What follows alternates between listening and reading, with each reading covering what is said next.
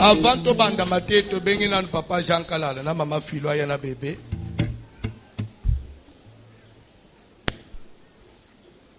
Naïbi que ce n'est pas encore le moment ya kopambula mwana mais tout un témoignage et ça plus fort même que papa Jean Kalala Poussani.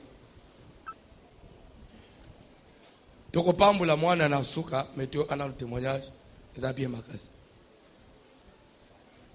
Chers frères et sœurs, alléluia.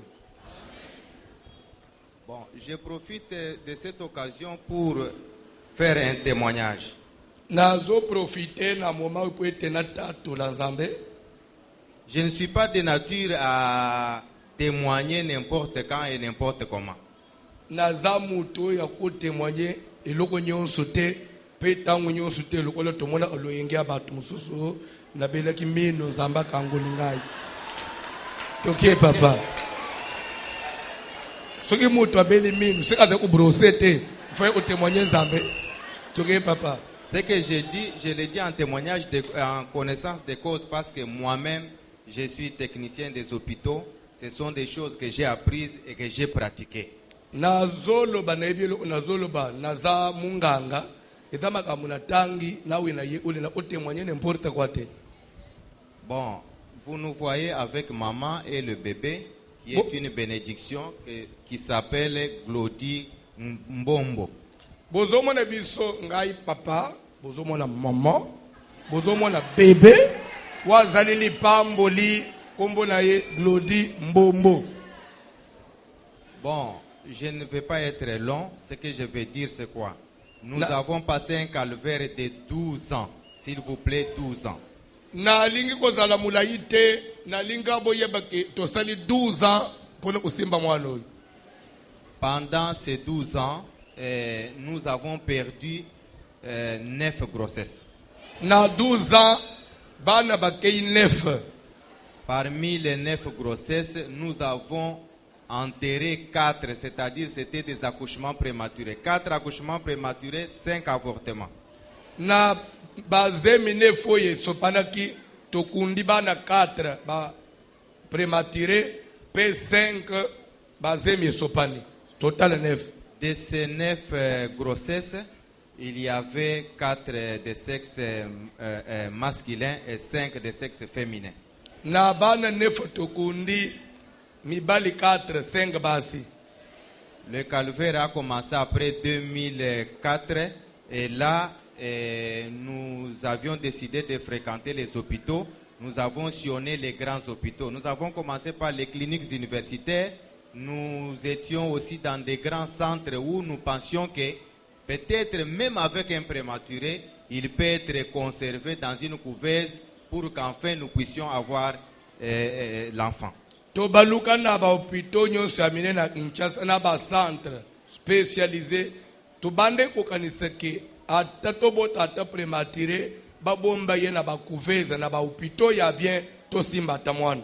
Ça a été vraiment difficile pour nous. Et simba kité.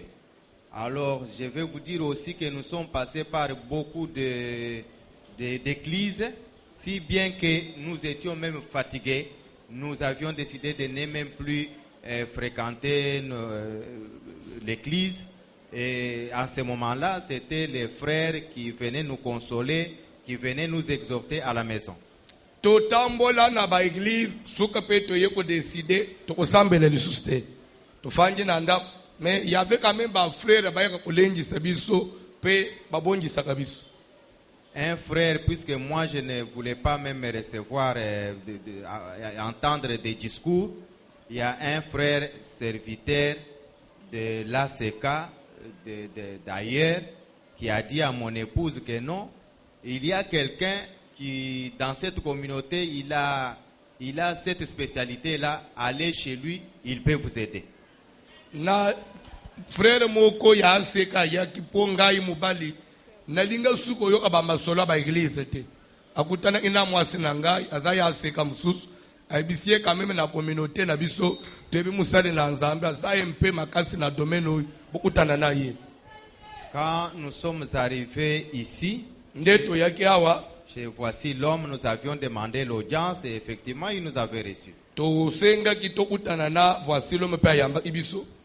Quand nous sommes venus, quand on lui parlait, nous lui avons apporté les difficultés parce que nous pensions que c'était effectivement des difficultés d'ordre familial. Lero tobande kosola na ye toyebisaki ye bapasi na biso po tobande kokanisaka makambo ya famille. Alors, quand nous sommes venus, lui nous a dit, vous ne devez pas aller arranger les histoires sur le plan des coutumes et tout ça. Donc, ça ne sert à rien. Mais dans votre narration, je comprends que vous avez un problème de dot. Allez voir la personne qui avait touché la dot. Qu'il vous donne même quelque chose de symbolique. Amenez ça ici chez moi. Moi, je vais prier. Je vais prier et après, je vais vous autoriser d'aller remettre la dot à qui de droit. Yebisaki biso na makambo etali coutume na ko permettre bino te bosala quoi que ce soit te bo arranger loko au contraire bokende bokutana na mutu aliaki dot azongisele bino un symbole boya nango na sambele lango na koyebisa nani bokende kopesa na famille. C'est ce que nous avions fait. Et stoppez mukena expliquer place wana. Oui. Amen. Na tangu na sololi na bande kuna yambi bango. Je naki ko comprendre place erreur ezalaki. Erreur ezalaki nini? Mama papo ya botaye. Ezana mutu abalelaki ye. Mutu apesi mbongo babali mamo ya botiye et papa na bango.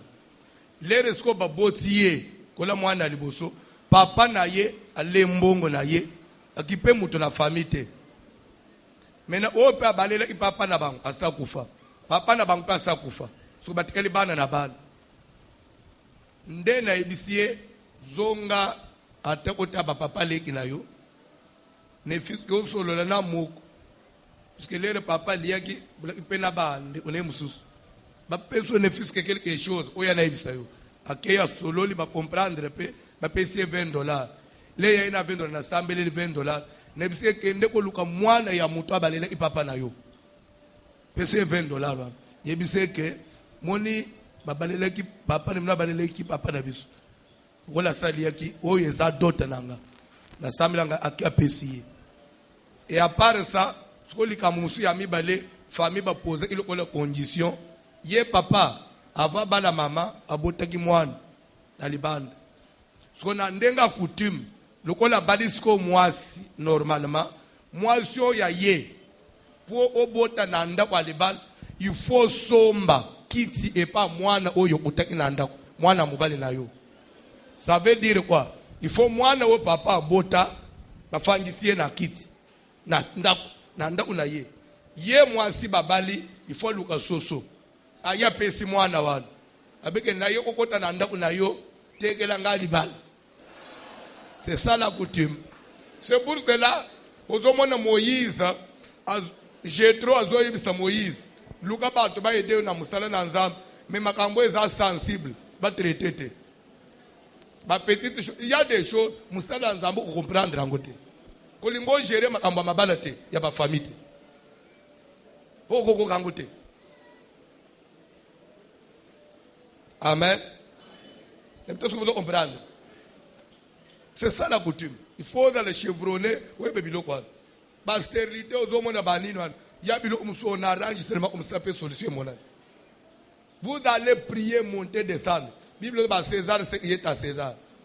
Muto a pensé abalele papa na ba. Azolela mbongo na tia kufi na souci wana. C'est un droit. Que je suis dans le Seigneur une nouvelle créature.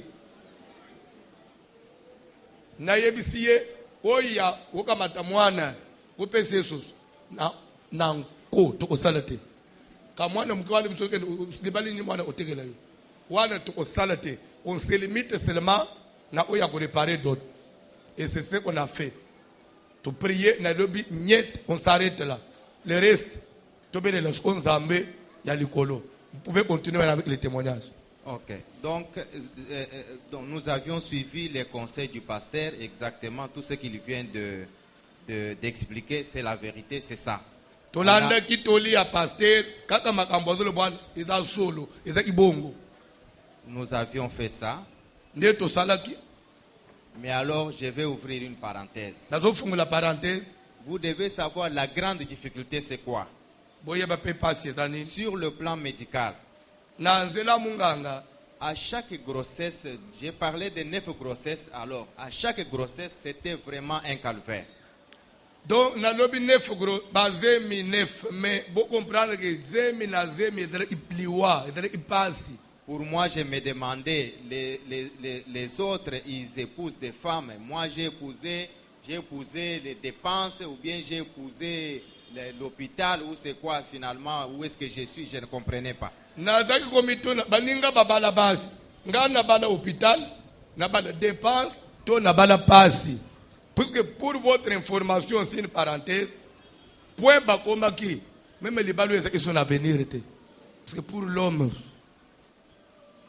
donc ça le mauvais choix, faut peut-être arrêter. Toi avancer papa. Pour ma famille, c'était déjà une page tournée.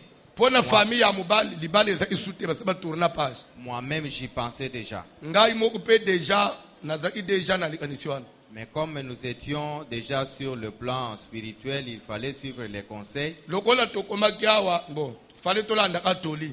Nous avions l'espoir, nous avions engagé notre foi. To yaki ko check ko pese likia pe to cheki ko njima na biso. Le problème, c'est quoi? Likambo ezani. À chaque grossesse, comme je vous ai dit que c'était un calvaire, vous allez vous demander en quoi ça a été un calvaire. Lelo nazoba ke zemi nyonso ezaki bitumba. Peut-être ko mituna bitumba na point nini. Puisque dès que la grossesse commence au premier mois, Soki zemi ebangi sanza liboso. il faut à chaque mois une consultation prénatale. Et sanza nyonso faut qu'un hôpital pour consulter Chaque munga. consultation prénatale devrait exiger autour de $100. Consultation nyonso chaque mois il faut pas moins de $100.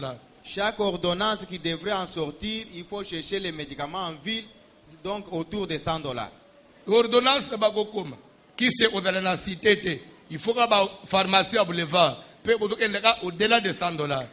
Donc c'était un problème pour moi. Et donc il passe pour nanga. Donc, comme je vous ai dit que nous avions fréquenté beaucoup d'hôpitaux et que la grossesse, quand elle entrait, c'était un calvaire. Le calvaire, je me dis, c'est quoi? C'est exactement, la grossesse ne pouvait pas arriver à terme. Donc, passe, qui zemi, comme 9 mois, hôpital, maladie, passe. Chaque grossesse avait besoin d'un cerclage. Zemi nyonso il faut pas ça le cerclage, moi c'est ça la musalate, Il y la avait tamboula des- te, ça la mouvement te. Il y avait des problèmes d'hémorragie et beaucoup d'autres choses. Pe tout le temps zo ça la ba hémorragie, Indescriptibles, vous ne pouvez pas comprendre. okongima te.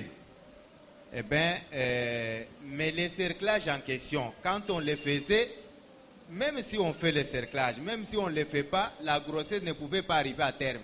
Cerclage yango bazo sala. Malgré cerclage, zemi zo so pananango kaka ekola kapete. Donc, Cerclage peut-être mtu so comprendre te ko kanga matrice. Donc c'était un problème. On peut ne pas faire ça, la grossesse va se solder par une expulsion. Ata basala te zemi o so pananango kaka. Alors, c'était un problème. Voilà que, comme je vous ai dit, on a fait les tours. Quand nous sommes arrivés ici, on a pratiqué les conseils du pasteur. Après, nous sommes revenus parce que je veux dire que le jour où nous avons amené la dot chez le pasteur, il a prié pour la dot, mais nous, il a refusé de prier pour nous. Il a dit, je ne prie pas, allez d'abord payer la dot. Jour to memi $20 ya dote pa pasteur asambelele mbongo aboyi ko sambelele biso to sengi prière lobi bokende nanu ko arranger bino na ko sambelele bino te après.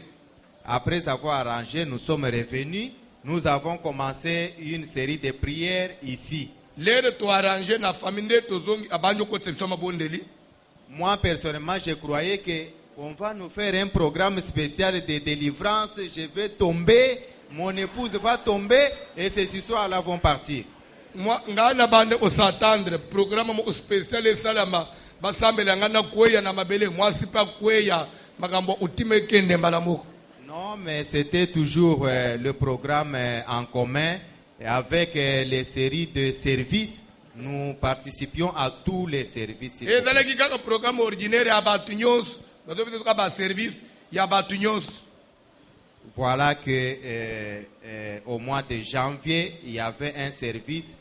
Le mois durant, c'était consacré aux dédicaces. Nde bomonaki sanza ya janvier 2016 tosalaki 30 jours ya dédicace. Et je peux même vous dire que c'est ça le résultat des dédicaces. Nako yebisa bino ke dédicace ya janvier yangai témoignage yangoyo. Yangai témoignage ya dédicace yangoyo après 12 ans. Et pour terminer, Pona kosilisa je vais vous dire que mon épouse, son lit se trouvait ici au balcon. nazo yebisa bino ke mbetu ya mwasi na ngai eza balcon oyo 9 mois nyonso ya zemi. Moi, j'étais de l'autre côté là-bas. Ngai naze kufanda libanda 9 mois nyonso ya zemi. Je me rappelle un jour, j'avais eu chaud ici. Je suis allé dehors. Le pasteur, en faisant son service de discipline, il m'a ravi la chaise dehors là-bas. Nazo mi rapele mukolo moko na butu na yokaki mulunge na kati na ke fanda libanda ndenga pasteur atambola ana fimbo abotolanga kiti. Bon, nous sommes arrivés pratiquement à un moment où je me suis dit, Papa, vous n'avez pas signalé que maman aussi un jour je l'avais chicoté là au balcon. oui, j'en arrive. Ok. J'en arrive. Landa. Donc, le mois passé, j'ai dit à mon épouse, mais la grossesse, elle est devenue grande, va à la consultation. Elle est partie ici chez Croix-Rouge. Moi passé na bisi moi sinanga zemi ekoli. Kende siko pa munganga. Akenda ki na maternité à Croix-Rouge. Donc, elle est partie d'ici des balcons pour la Croix-Rouge. Alungu na balcon akena Croix-Rouge. Elle est partie, on a fait l'examen. Quand elle est descendue de la table d'examen, elle croyait qu'on va lui dire, raconter les choses comme ça se faisait ailleurs. Akanisage ba makambo ko banda ndengele kusalema kote msubatune ba mituna banini. Donc, c'était une surprise pour elle parce que quand elle est descendue, elle demande au docteur, explique-moi. Le docteur dit, tout va bien, l'école est fermée, tout a été fait.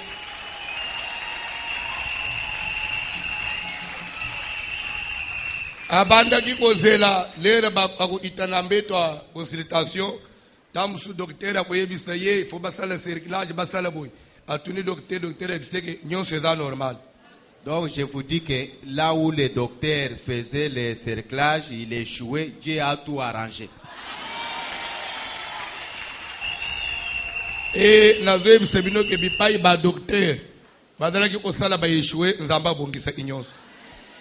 Je vais vous dire aussi que le docteur a dit pour confirmer, tu dois aller à l'échographie. Elle est sortie de l'échographie, c'était tous les mouvements étaient normaux, tout était normal. Docteur atindie na échographie a utipe kuna makamu normal. Elle est revenue ici, elle a dit, moi je ne peux pas aller à la maison sans enfant, moi mon lit c'est ici. Ndazo ngia wa lobby na kozonga nda utesukina na simbi mwana te na kulala à l'église. Une certaine nuit, pendant la surveillance du préfet de discipline, ma femme a eu la chicotte. Butu moko na zemi na ye lere fimbo etambula ale fimbo na zemi na ye. Elle a eu la chicotte. Donc voilà ce que je peux dire, à moins que mon épouse puisse avoir quelque chose à Tala dire. o ngai na kokoloba a moins que moi sina ngai pa loba po et là de l'âge a moi yabakisa. Mais sinon, les résultats de dédicace, vous l'avez, vous voyez vous-même. Et Dieu a fait ce qu'il devrait faire. Kola pambula bino bozozonga toko pambula mwana à la fin ya culte. Zamba pambula. Olingo bakisa mukie. Ozana munoko mama uloba. Amen. C'est la démocratie. Akosala ngopona bandolo bana nzambe na lobi soki na boti. Courage ya natatola.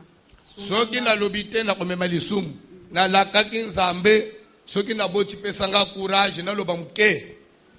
Na onyonso papa uti koloba wana ngai na bando senga nzambe na lobi nzambe kutanisanga pe ata na prophète ba oyi baleka na télévision okozwa numéro benge zoleka te. Misunganga na kutana pe na mutu oya kosunga ngai. Na ibilika mutena kufa kaka boy nazo sambela ti na ndenge papa wana ayaki tozalaki na bango azalaki serviteur azosambela nga mpe tozalaki na bango na lembe échangeur na aseka na mama ya papa Vincent papa ayebi ye nde ayebisi nga alobi mama kovanda te kende na eseka toza na esika moko ata biso oyo tokendaka ya moko tolandi bapriere tozongi kende kote kuna epai papa wana yo simba ye o papa wana motema ebanda osepele mpe na nga makasi azoya soki amoni mpasi na nga azolela alobi kende simba kaka papa paster François nde na ye mokolo ya liboso tokutani na papa namonaki ondire oyo ezalaki kaka grâce façon papa asalaki mosala na nga na ngai moko nayebaki te alobi na nini yango naza nango papa oyo amikotisa na likambo na ngai ntina famille akoti nakei bazokomplinga alobi yebisa bango soki basali yango te ngai moko nazoya yo mpo nasambelo kaka soki bapesi ata moke ya mbongo na bango ya nango epesa ngai o papa oyo akozala moko ya bapapa na ngai te nazoyebisa ye te bango nyonso balembi me ye ndenge akota likambo yango natikali kokuta naye nasambelaka mpe awa te wana c'était na 2014 suka 2013-2014 nakei mpe okola ye abando osunga nga bongo nasali mpe tout effort na ngai bapesi nga mbongo na ye napesi ye asali mosala kaka nde alobaki nga mpe nalobi nga lobi nakozongela ye lisusu nakobanda kaka awa soki ya solo nzambe na ye wana azali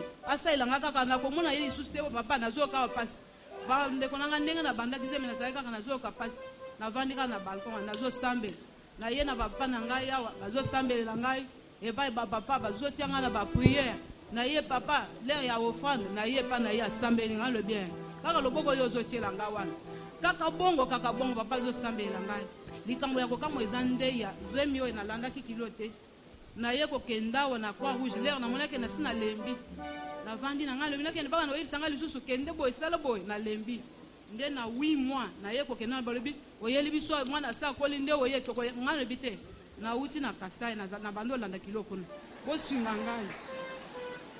bosunga ngai kaka na ata ndenge eza boye bosunga ngai ata mbala moko nazwa vaccin bazoboye balobi basalaka boye te oza mama moko mabe ngai lobi te nasi nalandi kiloko te nauti kuna nde nakoti wana batali ngai balobi te oza bien makambo na nyonso eza bien sala kaka échographie po toyebeke na kati mpe mwana aza bien nakoti mpe échographie batali balobi makambo nyonso eza bien nazongi bandeko na ngai kaka priere mokolo ya liboso papa abeti ngai fimu nde nakei mpe kobota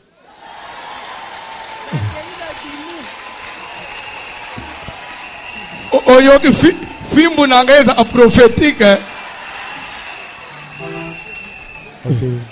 nakobanga bandoki te nakomona Yesu basilo balobi nakomona Yesu nzokobota rikiki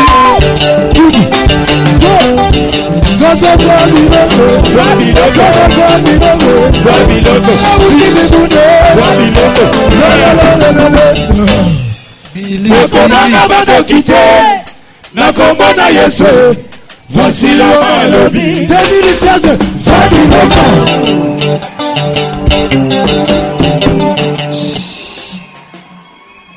na banza bandeko basilisi kola pambola bino bokende ofanda na bebe kitoko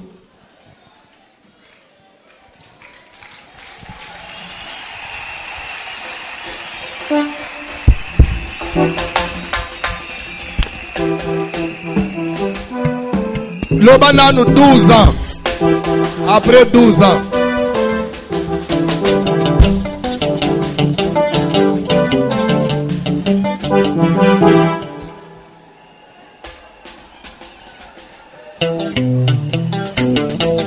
soki osambelaka awa nano lie fimbo na nga te seke nano osambeli awa te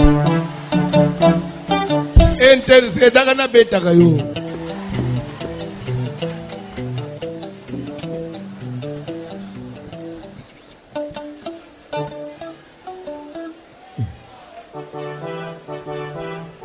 tozoleka na liloba na nzambe tokozala molai te landa thème na biso ezali délivrance de l'esprit des morts et de toute souffrance imposée n'était pas sur eux, c'était une souffrance imposée soki bandeko ya kosimba bana 2004 tilelo boza na bana ombi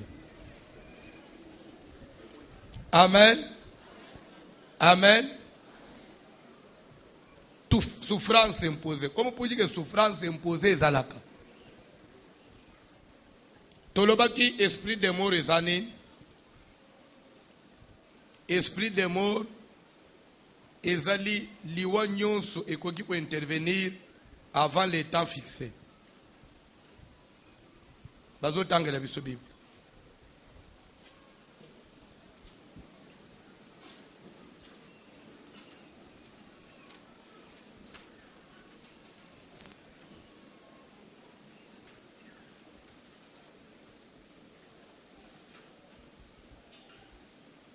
Jean 11,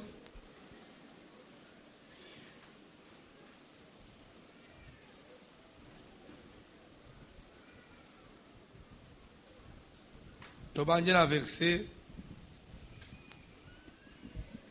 44e. Évangile de Jean, chapitre 11, à partir du verset 44, nous lisons au nom de Jésus de Nazareth. Et le mort sortit, Moué yabimi, les pieds et les mains liés de bandes, maboko pe makolo bakanga basinga, et le visage enveloppé d'un linge. elongi na ye balatisi elamba. Jésus leur dit, Yesu alobi na bango, déliez-le bofungola ye, et laissez-le aller. botika ya kende. Plusieurs des Juifs qui étaient venus vers Marie Ebele ya bayuda bayaki kotala Marie, et qui virent ce que fit Jésus, bayi bamonaki oyo Yesu asalaki, crurent en lui. bandimelaki ye. Mais quelques-uns d'entre eux allèrent trouver les pharisiens Kasi bamoko kati na bango bakeki kokutana na bafarisayi, et leur dirent ce que Jésus avait fait. bayebisi bafarisien makambo oyo Yesu asalaki. Yesu asalaki nini? Pardon? Asekwisaki Lazare toke. Alors les principaux sacrificateurs et les pharisiens assemblèrent le Sanhédrin Na yango banganga nzambe bakonzi na balakisi na mibeko bakonvoke réunion Sanhédrin lingi oloba réunion oyo baze kozwa ba décision sensible et dirent, balobi que ferons-nous? tokosala nini Car cet homme fait beaucoup de miracles. po ete moto azosala bikamusi ebele. Si nous le laissons faire, Soki tokotika ye boye tous croiront en lui bato nyonso bakoya kondimela ye. et les Romains viendront détruire et notre ville et notre nation. Barome bakoya kobebisa na mboka na biso na ville na biso. L'un d'eux, Moko na bango Caïphe, qui était souverain sacrificateur cette année-là, Kaif oyo azalaki souverain sacrificateur ya ane wana leur dit, ali esi bango vous n'y entendez rien. bozoyoka eloko te. Vous ne réfléchissez pas qu'il est dans votre intérêt qu'un seul homme meure pour le peuple Bozokanisa te ke ezali intere na biso motu moko akufa mpo na bato et que la nation entière ne périsse pas. na ntina ete mokili mobimba ekufa te. Or, Nzoka il ne dit pas cela de lui-même, abandaki koloba yango mpo na ye moko te. mais étant souverain sacrificateur cette année-là, Lokola azalaki nganga nzambe mokonzi mvula wana il prophétisa que Jésus devait mourir pour la nation. asakolaki ete esengelaki Yesu akufa mpo na mokili. Et ce n'était pas pour la nation seulement. Ezalaki kaka mpo na Israele te. C'était aussi afin de réunir en un seul corps les enfants de Dieu dispersés. Ezalaki na ntina ete asangisa na nzoto moko bana na nzambe ya mokili mobimba. Dès ce jour, Kobanda mokolo wana ils résolurent de le faire mourir. bazwaki mokano ya koboma Jésus. C'est pourquoi Jésus ne se montra plus ouvertement parmi les Juifs. Mutu moko azolanda nde eloko esalaki ete kobanda mokolo wana Yesu abande kusu komonana publiquement na bato te.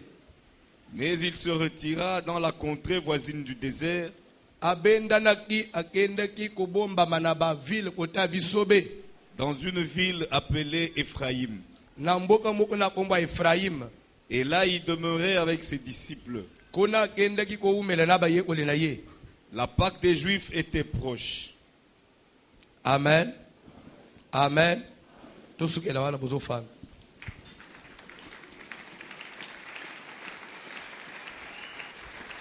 Yo koko koba kotanga.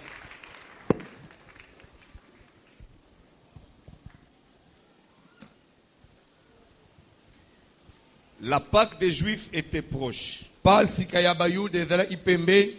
Et beaucoup de gens du pays montèrent à Jérusalem avant la Pâque Ebele ya batu ya mboka bamata i Jérusalem yambu ya pasika. pour se purifier. Pona umibulisa.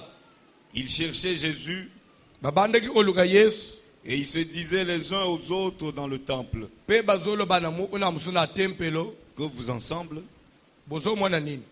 ne viendra-t-il pas à la fête? Yangu ye Yesu akuyana pasika te. Or, Nzoka les principaux sacrificateurs et les pharisiens avaient donné l'ordre que banganga nzambe bakonzi na bala isiami beko bapesaki ordre bapesaki ndinkisete si quelqu'un savait où il était, soki mutu ayebi place Yesu abombami il le déclara aloba afin qu'on se saisisse de lui. na tini te bakanga ye baboma ye. Amen. Amen. Kola pambula mutu moko zamba pambula yo. Oyebi pourquoi na pesi passage oyo. Soko tangi bien vous allez comprendre. C'est que c'est esprit de mort. Bible dole que Jésus sima ya useku sa Lazare sangwe panzani. Azui succès. Renommé na ye kei. Yesu amati. Zuwe botami na banganga nzambe bakunzi na bafalisai. Muto azo matabo ko botole biso batu nyonso. Ba église otika la vide. Et nasima ba Rome bakoye ko bomba biso. Po bakole botika ki yakoma tina ni voana koma. Que faire? Mieux vaut to bomai. Amen. To sala nini? Bible doba ke ba arrêter que il faut Yesu kufa. Et voir même qu'il faut un souverain sacrificateur, après c'est une prophétie. Vous avez qu'il faut sauver Batebele. Bible dit que na tangu sangwe combien pas na Jésus il faut babo mayo. Jésus a salé. Jésus a kimi. Jésus a ke obomba. Jésus a zobi masuna bisika batu public te. Aomi ko sala ba miracle ko sambela batu na ndenga ko batam. Azomi livré susté. Pourquoi azomi livré te? Puisque badinga ibabo maye. Et l'air baye ko le batuni mes papa. Uzoki manini. Habité. N'a komi livré te de père que n'a kouf. Puisque mon temps n'est pas encore venu. Ça veut dire quoi? Ngonga nanga ya kokufu. Eza nanu ko ite. Alors le nanu ko kite. N'a komi livré te babo mangai. C'est ça l'esprit des morts. L'esprit de mort doit intervenir avant le temps fixé par Dieu. Et ce il liwe zoya nangonga o nzambe na no chete mutu ya mayela sala anini il faut kim koyoka sonite okomi ko sambela pozo banga bitum yebisa bangu oui nazo banga bitum Jésus okomi ko bata mapozo banga liwa Yesu alobi we nazo banga liwa pongonga na ngai yongo ngano ekoki ya otika famille bali yo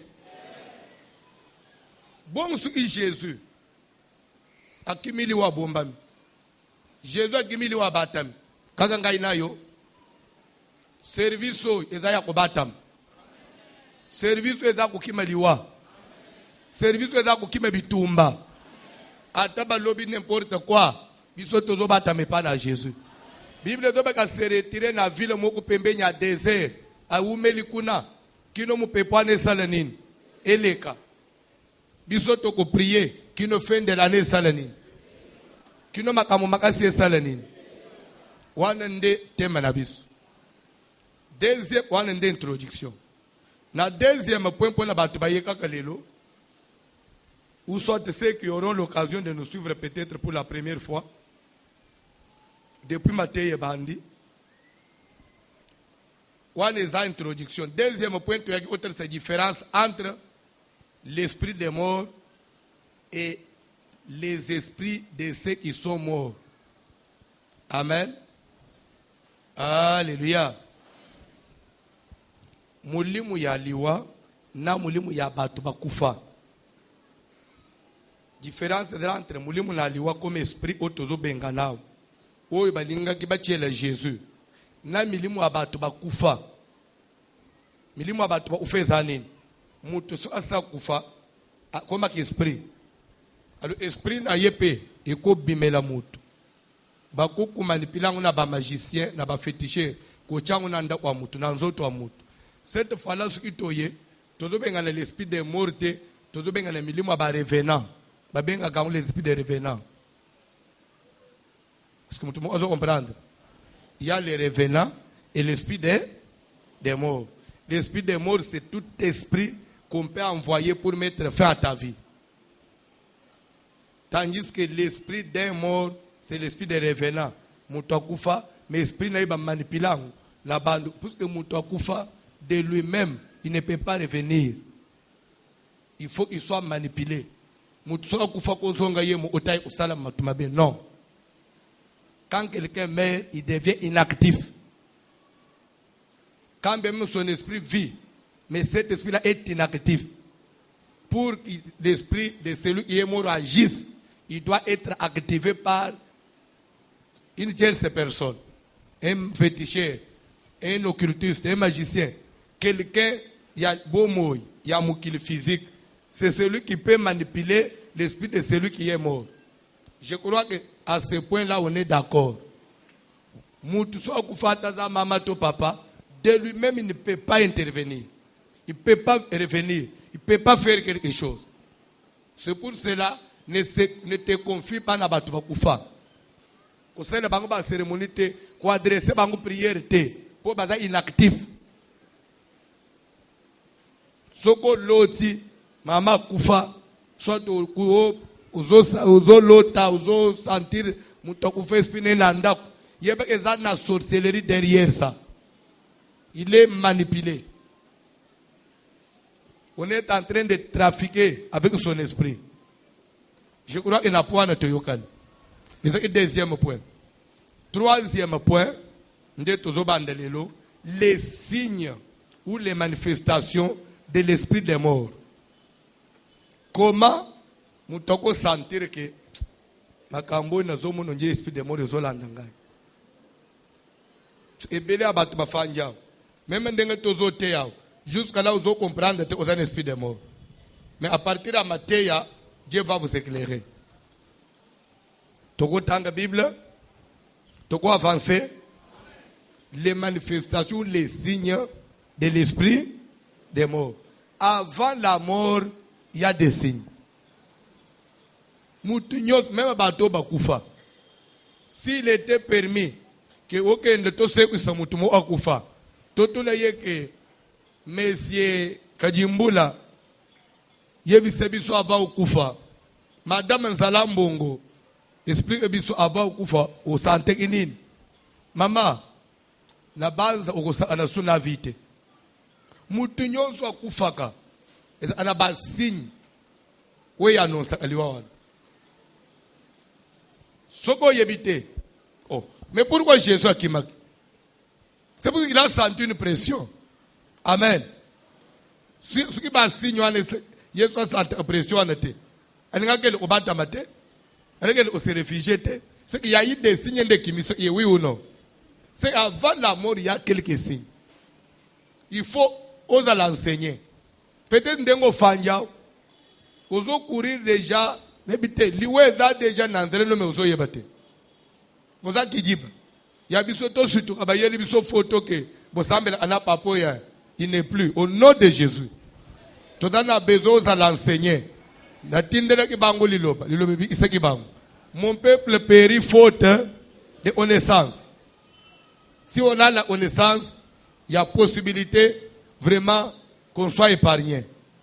Amen. Bazo tangue la biso.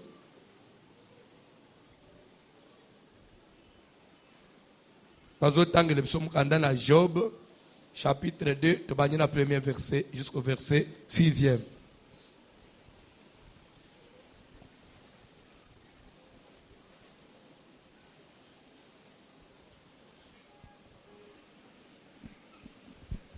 L'Éternel dit à Job 2, 1 à 6.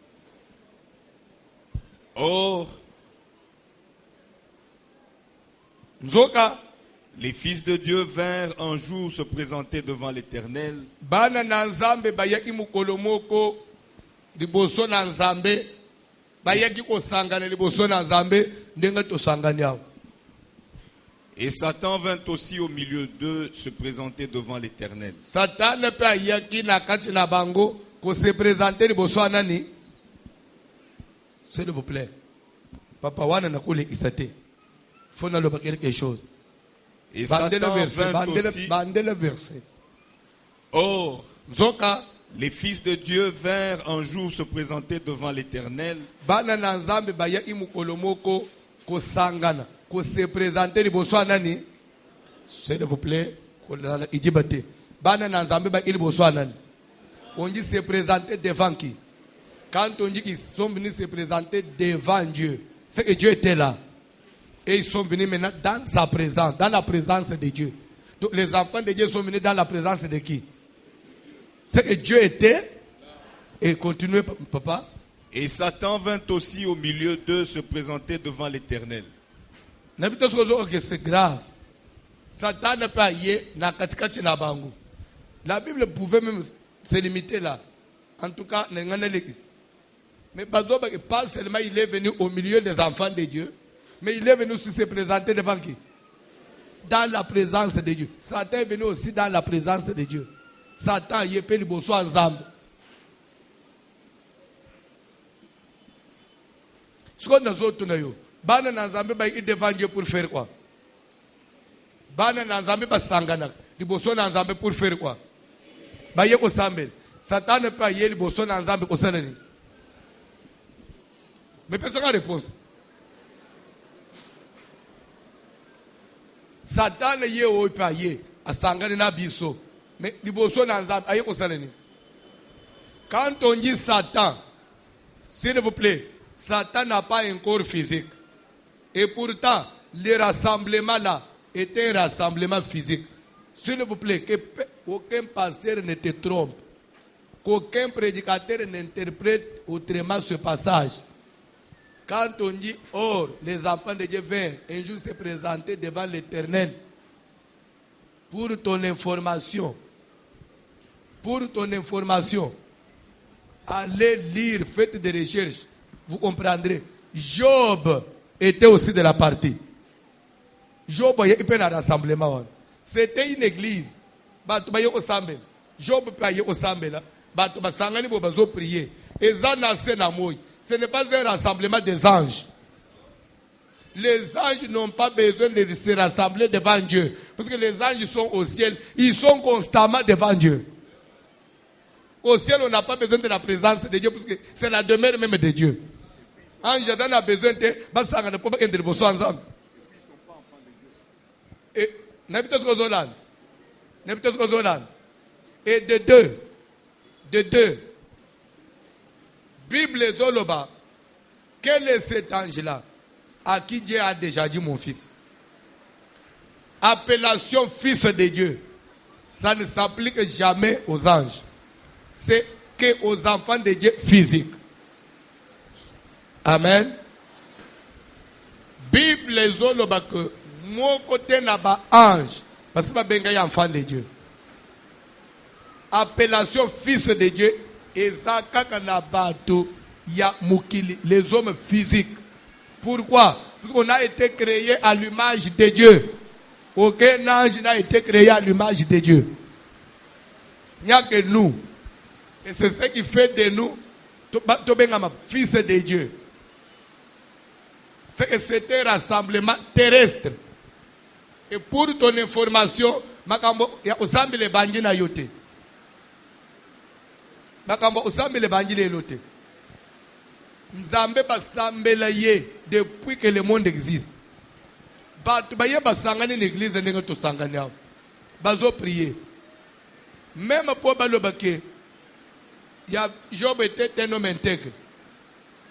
Il craignait Dieu. Il était droit. C'est pour ce qu'il priait.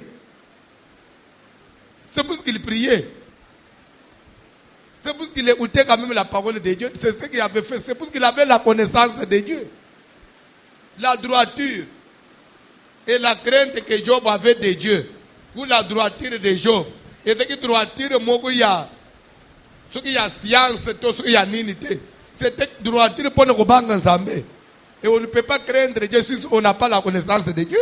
Si on n'a pas quand même la connaissance de la chose de Dieu. C'est que Job quand même fréquentait l'église quelque part. Avec la taille à la parole de Dieu, ndé commissaire qui est bongo. Ce que la Bible dit que bana na Nzambe ba yeba sangani, ndenga to sangani apona koyo la parole de Dieu, ko kamate mikumba na biso ko présenter na Nzambe, ya ko kamata que Satan ne paye. A sangani na bana na Nzambe, pe na présence na Nzambe. Ça veut dire quoi? Ça veut dire que na ba église, parce que Satan est spirituel. Satan a mon nakate. Satan a l'image à Nine. Satan a l'image à Bandoki. Satan a l'image à magicien. Maman, Bandoki, magicien, occultiste, y'a appelé l'église, sadak jeune, sambelak. Mais oya bango ko sambela, eza ko sambela te ya ka bongwana ya zone netinga na yo te. Eteli ya ruse. Aye po se camoufler dans notre asala musala na achi l'église. Satan a yaki se présenter devant Dieu. Mais avant bim, abimaki nini? Abimina vie à Job. Il est venu se présenter parmi les enfants de Dieu devant Dieu. Mais avant de sortir, il est sorti avec la vie de qui? Keba, mutumsoye kubimana kubota non église te. Mutumsoye kukangalibalo non église te. Ce qui boye bakate, na ba église, ba tebele ba na ba église bien, mais ba obebi sélevi na église. Mutoko sayo teke église, au moins église on dirait za lola. Église est dans la scène à Moï. Makambo belé à mouliner dans l'église. Bande koyebi. Makambo bisoto yoka na otomonak. Des fois na fani na TV bo na zotal. Amen. Alléluia. Maman moko dans l'église de la Bissoire. Je vous le jure. Au nom de la Bible que j'ai, on a même la parole de Dieu na terre. Maman m'a dit que l'église de la Bissoire. Je ne solo na maman wana. Ti na njimele iete. Maman le papa. Na ukoso pona nini. Nazane intérêt na osayote. Isinga ba photo. Abo ebisinga e papa oyebi ngai. Na bitene ebio biente. Mais elongi je vois quelque chose. Ah. Obali omonanga na télévision te. Na musali na Nzambe songolo. Musala Nzambe usuki ya mwa suki ya mubali na bosani. Nathalie, oui. On dirait yo abi na ba photo. Ah, usaka assistante ya Musakole tel. Musala Nzambe tel. Mingaya. Ali papa. Bosunga église. Bosunga. Bosunga église pour nini? Papa nangai. Na préféré. Nazala munjimi simple. Na fanda na banda yebo na alembele mutozo ebangata zo ipengate. Kenazo ba onere oyo. Des fois suki na fanyi nazo aba mateye na bino. Conscience nangeza lezete. Papa, tu te rends compte que tu as préparé campagne. Bah non, c'est zo le kana ba télévision na ba affiche. Que tu as na musala place boy. Kinshasa nyonso yebi. Et tikali une semaine. Musala Nzambe zo bisanga photo katsa Brazzaville. Tokende panganga. Poto kanga babatu batonda na campagne. Na tokende panganga.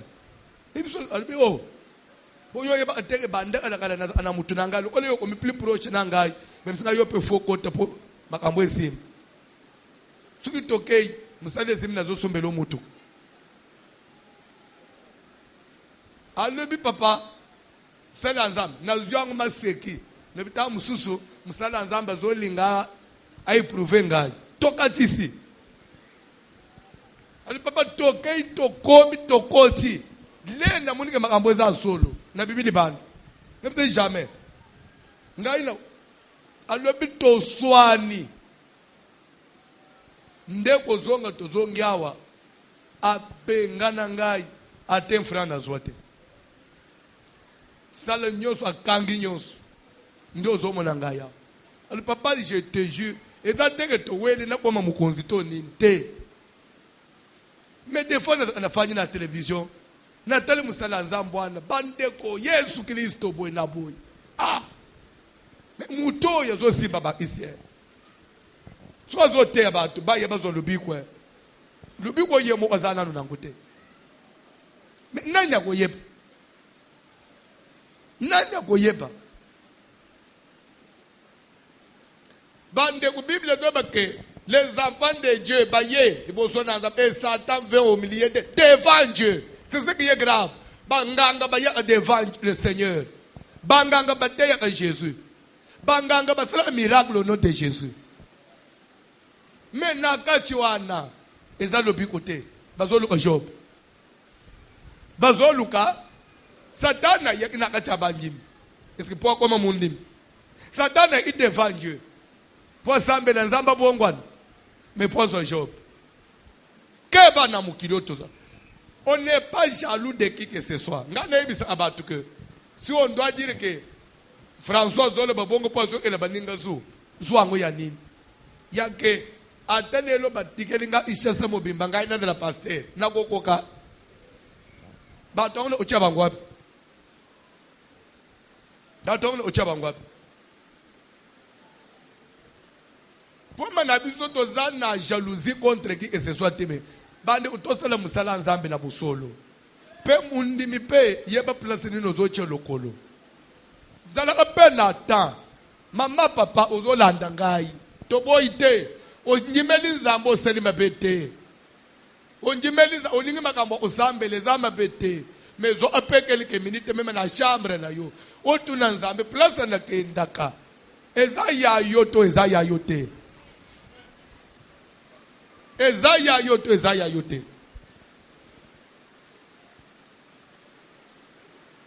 Kosepela kaka na o na bongo le motema na o zambe le place boy. Mais dis-moi ma unzambe azata place wana. Suka na yo usuka wapi? Tika ndengo fanjwana. Yo zwa libaku ya bien. Zamba pambula yo. Mais zala apena souci abande ko na biso. Omoni grâce libaku ya bien yo bete zanini. Obanji ko sambela onjimeli nzambe même bino basala nzambo. Grâce biso tozo ezanini. To na ko bongo la motema to tomber na l'église a bien. Mais muninga msozo bongo la motema akwei na dans le entre maboko moko ya info. C'est-à-dire que ba pratique bazola essayer wan. Pour lui il croit que c'est ça Dieu. Vous savez s'il n'y a pas même na mukiliao les faux dollars et bimak les faux billets il y a franc congolais bimak la banque centrale pour combattre les faux billets sur le marché banque centrale c'est la campagne moko ya sensibilisation babanda kuna c'est vrai billet comment reconnaître les vrais billets okomona filigrane okotala boye okomona nakati boye bande usokomoni billet za boye te yebeke za faux. Même dollar pour y avoir vrai dollar na faux dollar. Mais il s'agit de vrai dollar. Ça la boue. Simbao. Ce qu'on y a place les réseaux ça la linzak. Il y a des zambongo bien. Les réseaux ça la boue. Comment est ça la boue? Les zambongo. Oui ou non? Mais ce qui bala ici mutu bongo te. Au kuchi mwana wano chez na boutique. Azuba faux billet. Au condamné. Est-ce que y a vrai billet na faux billet? Il faut que musala ola isege tala. Oye zambongo biente. Ya mabe yango. Makambu na nzambe pe zabongo. Batu babongo limitema c'est bien. Mais est-ce que tola ici bangu fausse église de la vraie église? Est-ce que bala ici bangu saine doctrine? Mais ce qui est le bataille bazolo bagé. L'essentiel mutonji me nzambe. Ah. Donc maman, l'essentiel moi na teka. Oyo utika ateki mbongo bele na ba phobie. Oyo kuitilize te okonjimaka po ateki atondi solo kontwala na bafobie donc nzambe pe na lola asepela kapo banjimba bazo sambela même na ba magie boni boyiko tika nzamba sunga mukilo. Je vous dis que si on est serviteur de Dieu c'est pour défendre cause à Christ. Ce qui bat au Yinabiso, en tout cas, bon, to ozonga simate. Zamba pambula mutumoko. Tanga Bible, papa. Or, les fils de Dieu vinrent un jour se présenter devant l'Éternel. Et Satan vint aussi au milieu d'eux se présenter devant l'Éternel. L'Éternel dit à Satan, d'où viens-tu? Et Satan répondit à l'Éternel, de parcourir la terre et de m'y promener. Stop! L'Éternel dit à Satan, d'où viens-tu? Satan répondit à l'Éternel de parcourir la terre. C'est que la réunion s'était tenue au ciel ou sur la terre. C'est que la réunion était sur la terre. Alors, si la réunion était tenue sur la terre, alors, c'est que les enfants de Dieu dont il s'agit, c'est des enfants de Dieu terrestres. Oui ou non? Alors, si on doit parler des fils de Dieu terrestres,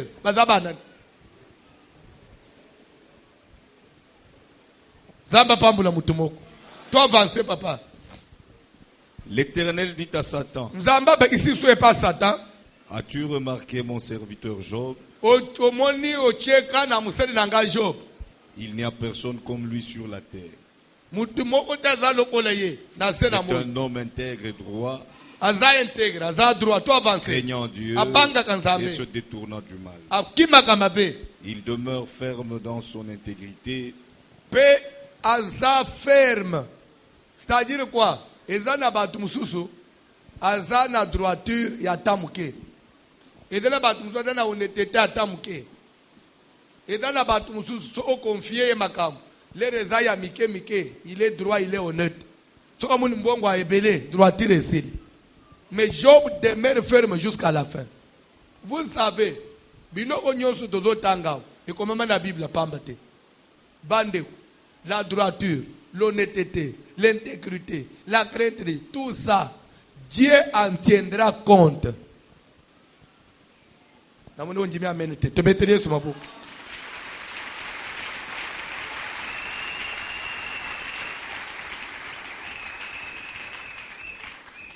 Nzambe pour tenir compte. Toi avancer. Il demeure ferme dans son intégrité. Zamba ne vient pas seulement, il est intègre, mais il demeure ferme. Quelle que soit ma tentation à banine. Et tu m'excites à le perdre sans motif. Yo na monozo tindi kangai na perdre ye.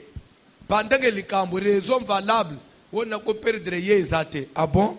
Dieu dit à Satan, tu m'excites à le perdre sans motif. C'est que il arrive aussi que Dieu perde ses enfants. Hein? Satan excité, il a dit tu me pousses. Satan a tindika Nzambe. Sugerere salemi yo salenini. Nzamba perdre yo. Suko Nzamba zo ebisa Satan. Suko lingana perdre Job kaboy. Motif et raison en solo les années. Il est intègre. Mais suko zo kana perdre ponani. Bande kotika na musalo Nzamba perdre yo te. Nazoba ke Nzamba perdre yo te. Nde prière tozana toke papa. Et Satan répondit à l'Éternel, Satan a yanoli Nzambe. peau pour peau. Poso, pona poso, po, bazolo bawa ya poso. La peau. Poso, pona poso. Tout ce que possède un homme, Biloko nyos, mutu azalaka na yango. il le donne pour sa vie. Azo pesango pona bomo inaye stop. Tosukele wana. Boba kisabo changele nga français oy. Tout ce que possède un homme, il le donne pour sa vie. To changer français. Tout ce que possède un homme, il le perd pour sa vie. Vous comprenez? Tout ce que peut posséder un homme, il peut le perdre pour sa vie. Ça veut dire quoi? Il peut le perdre pour racheter sa vie. Ça veut dire quoi? C'est que lorsqu'une vie est réclamée, lorsqu'une vie est réclamée, il y a comme signe où yezali ko devancer le quoi les anines. Perte de biens. Vous comprenez? Tout ce que peut posséder un homme, quand on commence à menacer sa vie, qu'est-ce qui se passe? Il va commencer à faire quoi? À perdre ce qu'il a. Vous comprenez? Nazo bandel. Satan a joué sans zambe. Po pour po. Vous comprenez? Po pour po. Poso pona poso. Elingi olbanin. Po pour po. On n'a pas dit po pour os. Non. Bien os pour po. Non. Po pour po. Ça veut dire que la peau ne rachète que la peau. Ça veut dire quoi? La richesse, les biens matériels, c'est ça la vie. C'est ça la vie. Mais avant de toucher à la vie sacrée, on commence par toucher aux biens matériels. Et si tu vois quelqu'un commencer à perdre ce qu'il a, c'est que c'est sa vie qui est réclamée. Vous comprenez quelque part? Vous comprenez? Papa, ce qu'on m'a dit dans la vie, ce qu'on m'a dit dans la misale, on m'a dit tout normal. Quelque part, ça marche un peu. Tout se bloque. Vous essayez, ça ne marche pas. On bête moutou boyelo ote. On zonga boyelo ote. Keba. Après, et le ozobi kawan. Ni neza derrière. L'esprit des morts. C'est que moutou non de bazolo.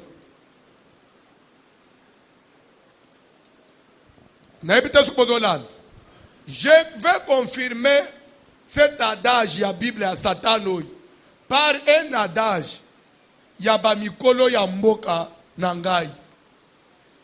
Nabanza, même bano bayemba kanguna no yembo naba. Na mboka nangai, il y a un adage qui dit, mutu na passe mubola. C'est azali lokola mutoyo atonga ndaku na ye pembenya liwa. Ça veut dire quoi? Moulanda mwasa mutumba ni loufu. Ça veut dire que celui qui n'a rien, celui qui est pauvre, celui qui ne sait pas réussir, c'est qu'il est voisin de la mort. Ça veut dire que la pauvreté est voisin. Quand tu vois ça, tu ne vas perdre ce que tu as. C'est on te pousse vers quoi? C'est vrai. On peut prêcher, on n'est pas venu à l'église pour ne pas bien matériel. Mais maman, vie mais la vie marche aussi avec l'argent. La vie marche avec l'argent. Kondi maka odala mabu upamba te. Kondi maka operda te. Kondi maka obiga blocage moko ya. Oso comprendre te. Que c'est la mort qui est derrière. Mouto a passé. Ce que baby souka akufi ko doutete. Mouto a passé. Ce que baby souka akufi ko doutete. Avant la mort, il y a la souffrance qui s'annonce. Je vais vous ajouter un verset de la Bible. Togo Koba. Bible de la Boboy. Actes des Apôtres, chapitre 12. Du 1er au 5e verset. Vers le même temps, le roi Hérode s'est mis à maltraiter quelques membres de l'église. Voyant que cela, s'est mis à maltraiter quelques membres de l'église. Papa, tanganan. Ajoute ça. Fait le même temps, le roi s'est mis à maltraiter quelques membres de l'église.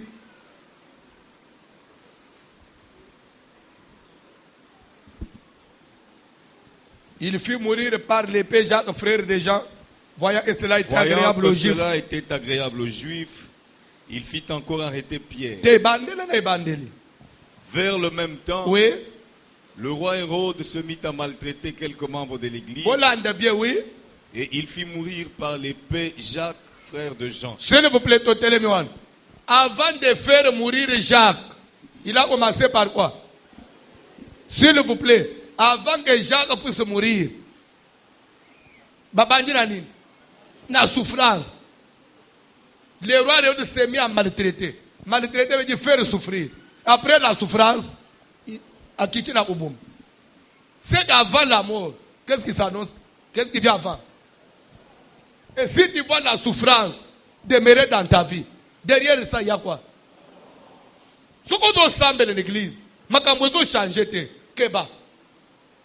Et là, tu connais que tu as tout bungi sandei, ndeyo mutu.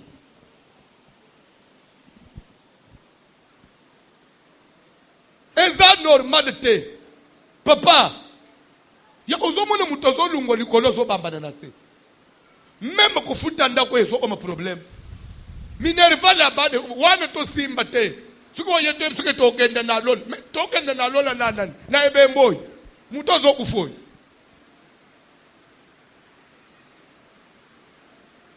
c'est que na vie il faut prier makambo na yo pe fungwama elembo yake nzamba yokaka mutu c'est lorsque nzambe pas zo exaucer prière na yo elembo yake nzamba za na mutu eza pe na sambeli pona likambo pe na zo yano na sengi pe likambo papa na souffrir mingi na point oyo na moni pe solution na za na besoin sima ya musalo moni pe solution église oyo ye o moni pe solution na za na intérêt te pe je n'ai aucun pouvoir ya kokanga yo n'église na basinga na bakadena ke okosambela kakawo te mutu aza libre soki boyebi te me ya mutu yeza ke oye kokokangisa yo na ngai nzambe na ngai apesa yo témoignage à travers ministère na ngai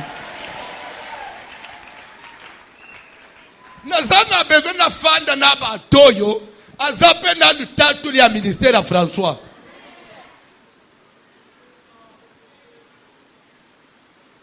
ngana na tini na kanga yo na makasi te usambela kakawa ngande pasteur a solo enjimela ngai eloko te tika musalo na zo sala e bota fruit na vie na yo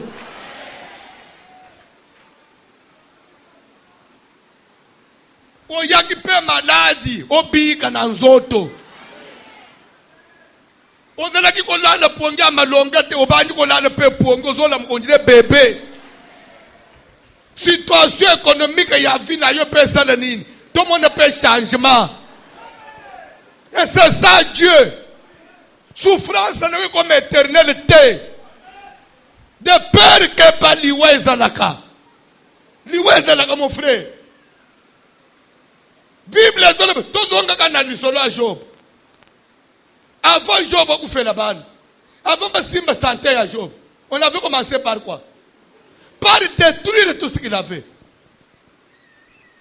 et l'air Satan si bozu ya Job nzamba zoyebisa Satan omoni biloko na ye nyonso esili mais Job otiki nzambe te nde Satan azobimisa lisese oyo po pour po yo yebi te ke mutu akondima perdre biloko na ye po agarder vie abo sike koperdre ozoperdre biloko wana mama nzoka nde vino nde bazolinga babenda loko liyo ozolinga ukufa te nde yango biloko ezokende nakona ba quelque chose souviens-toi na lisolo ya Jonas bandeko baza na kati ya masuwa ezali ezobunda masuwa ezali frappe na naufrage masuwa ezolinga ezinda masuwa ezolinga ezinda lero bandeko bamonike tozolinga tokufawo babanyina osala nini par perdre ce qu'ils avaient na kati ya navire babwaka basaka babwaka bakarton nyonso wana kaka mpona nini biloko ekende tokufa te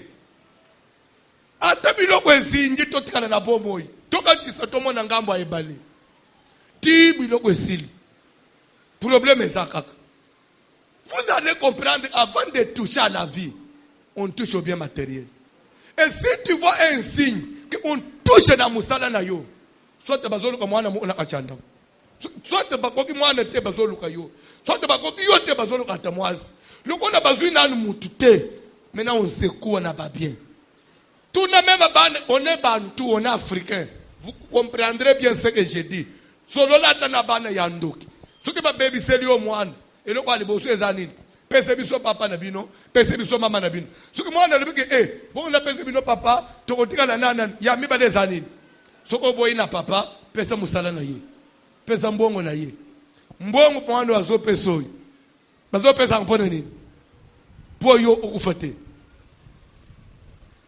compensation ndo ozomona sikoyo bozwa kasi papa par terre makambo ezosimba lisusu te amata na lingombo oyo akita na eglise oyo tozokomprendre te suka babebiseli nga mwana otuna mwana babande kubungisa ngai napesa papa zikolenda nde napesi biloko c'est que signe ya blocage signe ya misala kokufa ezali signe pliwa na kana besoin négliger na batu bakolanda ngai ko néglige te ba signe ya misalo ke na kokangama okroaze maboko wona ba kenzamba yebi ezali mutu no nde bazoluka. Amen. Alléluia. Ne peut-être que vous allez makambo très bien.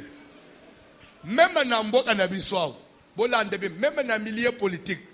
Il suffit qu'un politicien moko akota garage. Ministre asuna poste te.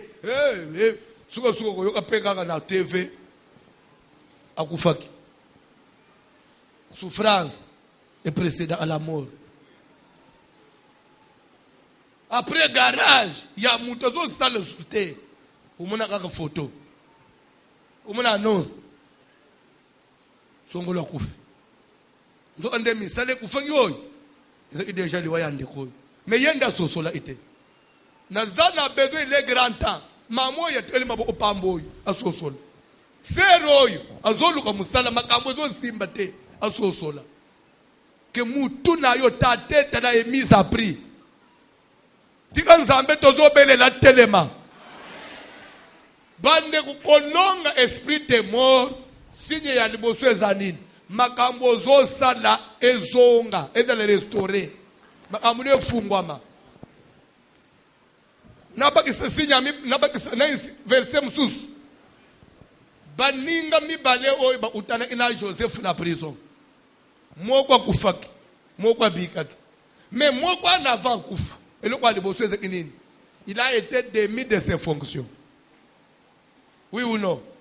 Il se retrouve en prison. Et dans la prison, il va faire un songe. À 5 du cinéma, Joseph, il lui dira encore 3 jours. Pendant que moi, si papa ne biso musale ouf, bakangi papa ne biso basadi boy. Lena bazole la misala papa ne biso bakati papa mutu. Mais mwoko oyo nzamba sali grâce yake ya kufate après 3 jours akoma kindengenini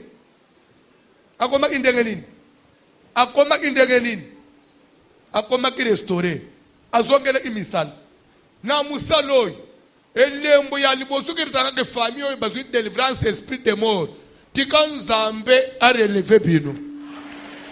Tika nzamba restaurer misala na yo. Tout le monde peut vivre bandi kozonga. Là nous comprendrons que non, c'est que liwe ke musique. Mais ce qui te sisi musala, on pas vivre à base. Maman, passe na yo pe e umeli.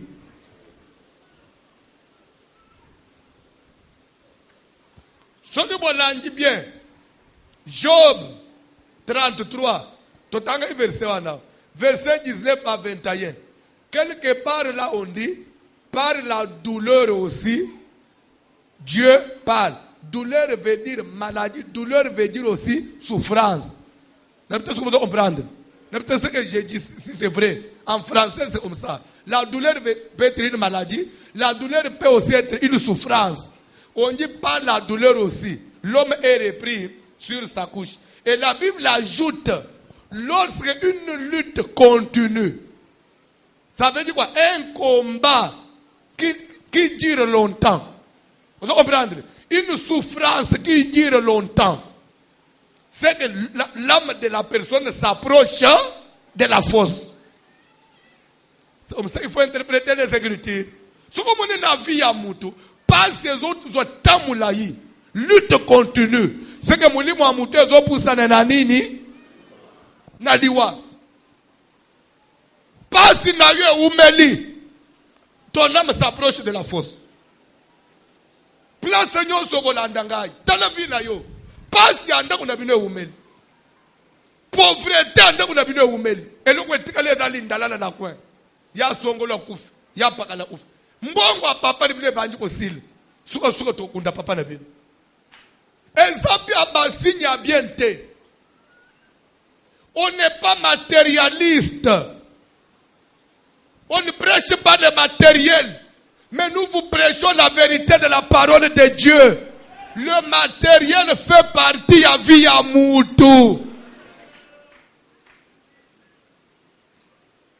Quand vous mettez la vie à passer, kokangama na pasi te, kolinga pasi te. Ebele ya batu bakotemwanye makambo nazoteya. Ebana batu bakunda bana pona kozanga mbongo wa makila. Mwana sili makila na kalembele mbao. Boluka makila. Bazana 16 milite 20 milite ya usumba makila. 20,000 francs oyo. Ti mwana oyo azokata pembe. Mwana azokufa mbongo wa makila zate. S'ils avaient l'argent, mwana alinga koma na point oyo. Pourquoi il faut njima kozanga mbongo? Signe mabe. Signe mabe. Ya osaka tinabiso. C'est-à-dire que yoka ukakakaka. Oka ukakakaka. Lere bazote makambu ya bénédiction matérielle. Tika penzamba sunga vine fungwama. Tu nous trouves charnel. Tu nous traites de charnel. On devait prêcher les 24, parler sur les 24 veillards. Et les 4 êtres vivants. Pour au moins ne biso, ba pasteur spirituel.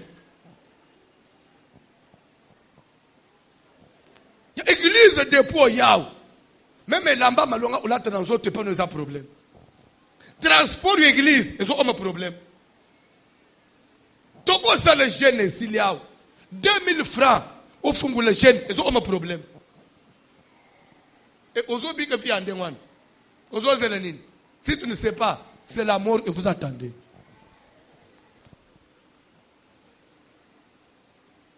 De bételier sur ma boucle.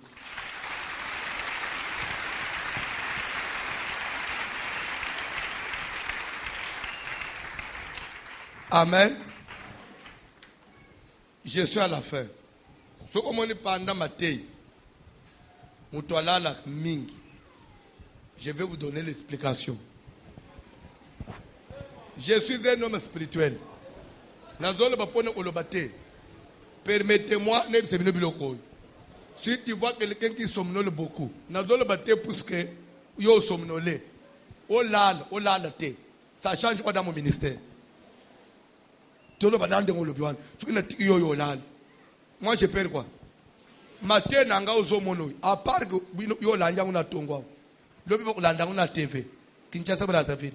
Le lendemain landa sur internet. Petit kali libele na YouTube. Yesu oyebite devant Dieu je vous dis. Et dans la matin ya 2012. Ezole papa li konzwa na yeb. Na penji swa na zoko ba kolela ngoti lelo. Tadobenga papa na lanje matena wa 2012 nzamba tushenga moyen tena monika na tindo fran uzana bikwan j'envoie 1000. So nazana tino Holanda to Holanda te mais na ngale bisovet oyeba ka pe. So comme mutu alanda ka mingi na katikati ya batu. Yo ka ba raison explication. Yaliboso. S'il est vrai, soit c'est quelqu'un qui travaille beaucoup, des fois il est fatigué tout le temps, il manque de repos. Quelqu'un qui travaille beaucoup. Première raison. De deux, il y a état d'âme.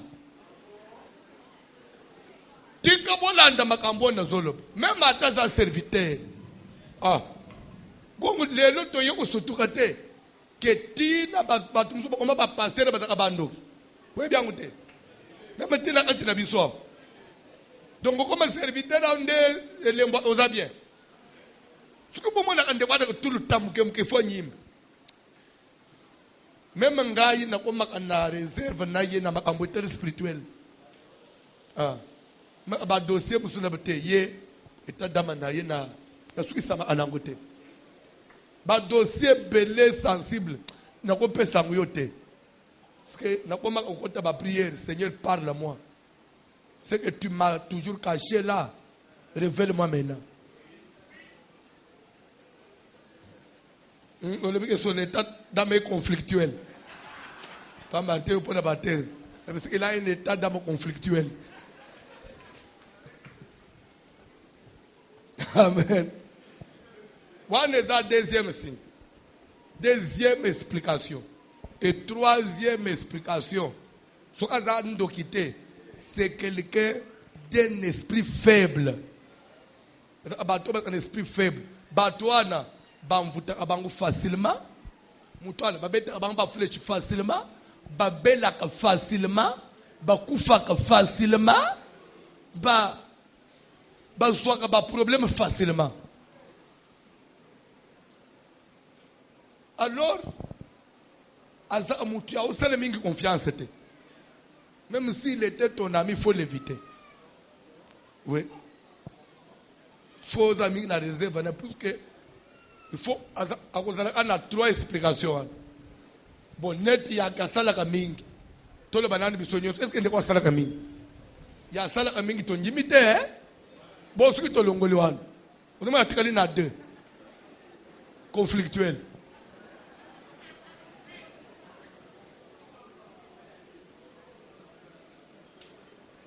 Kosekate église toye poto za la sauver ko kanga makana mutu pikanga mele kanga melete ko kanga makana mutu bande ko nazo teye pe nazo insister tozana yo hawa tofanji na yo ko bien dades o yebisa ngai camarade intime ya pasteur François atana basala nzambo umuna akutana biro na ngai tolobeta na muninga te pena ko dala na muninga te. Même yo ndongo fandwa no muninga nanga teke baka na yo. Na muninga te. Ate na to lobat. Même na muninga wote. Oui. Pone nini? J'ai une mission. Na yebi place nzamba utina ngai. Mais place nzamba zo me mangana yebite. Je connais place na utina nzambe. Mais côté nzamba zo me manga jusqu'à là na yebite. Na malamu na tike la nzambe wana. Qu'il me conduise jusqu'au bon port. Et je ne voudrais pas que qui que ce soit vienne interférer ma voix. Jamais. C'est pourquoi dans la vie, faites attention avec les amitiés. Au moins, tu l'église. Tu risques de rater le sauver. Il faut souffler. Si on est camarade d'abord, sépare-toi de lui. Moment il y a se communiquer à moment ma tête.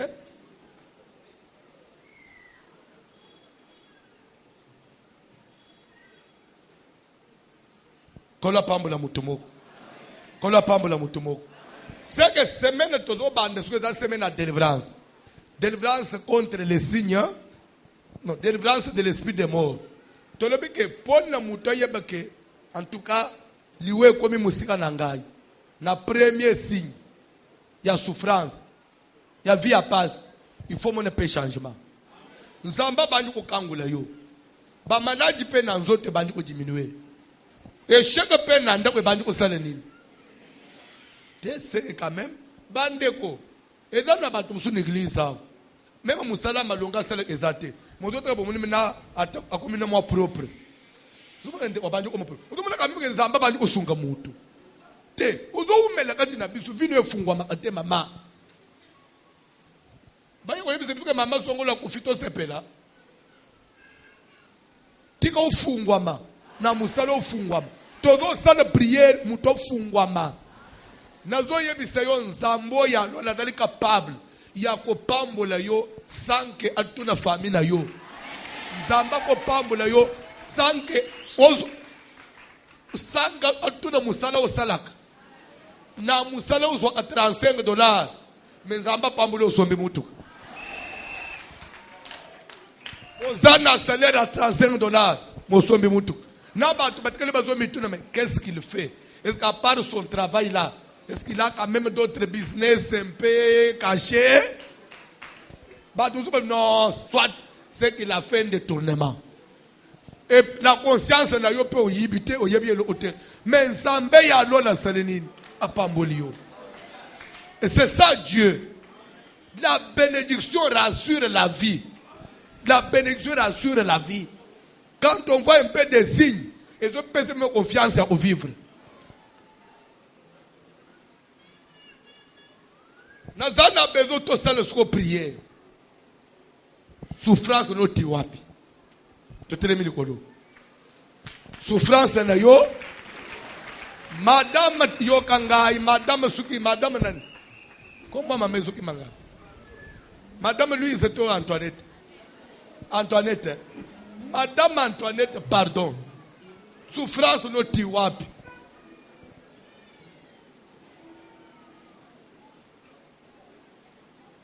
Billy Kantik Telemelikolo.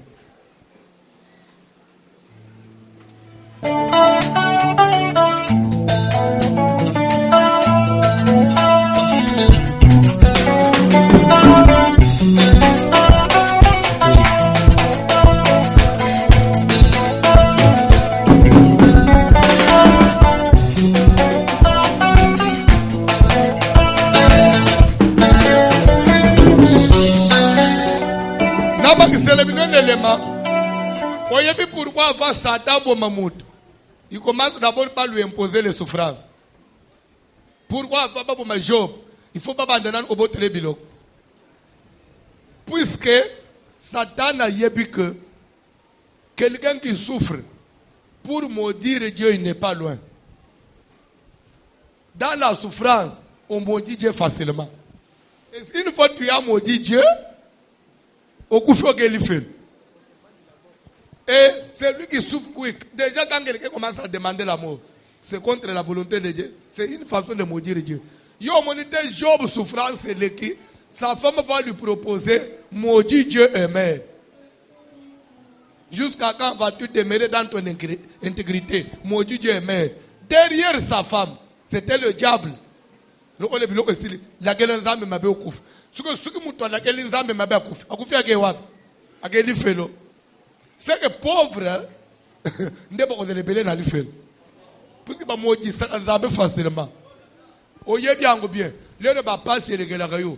Au comment on le que Nzambe a encore solo à Salak. Au comment on me oui ou non. Bon, ce que Nzamba de la police m'a amené aux sympathies. Le ne va pas douter na ce que Nzamba Zalak. En quelque sorte, tu maudis Dieu. C'est pour cela qu'on n'a pas passé au mélate. Amen. Pas si le n'a pas passé, n'a pas domaine nyos. Na yebi ba ser mo kwa. Mo lende intercesseur anguya. Abilité, abilité, abilité, abilité, abilité. Suka suka ayeko bala vie moko ateka a cigarette.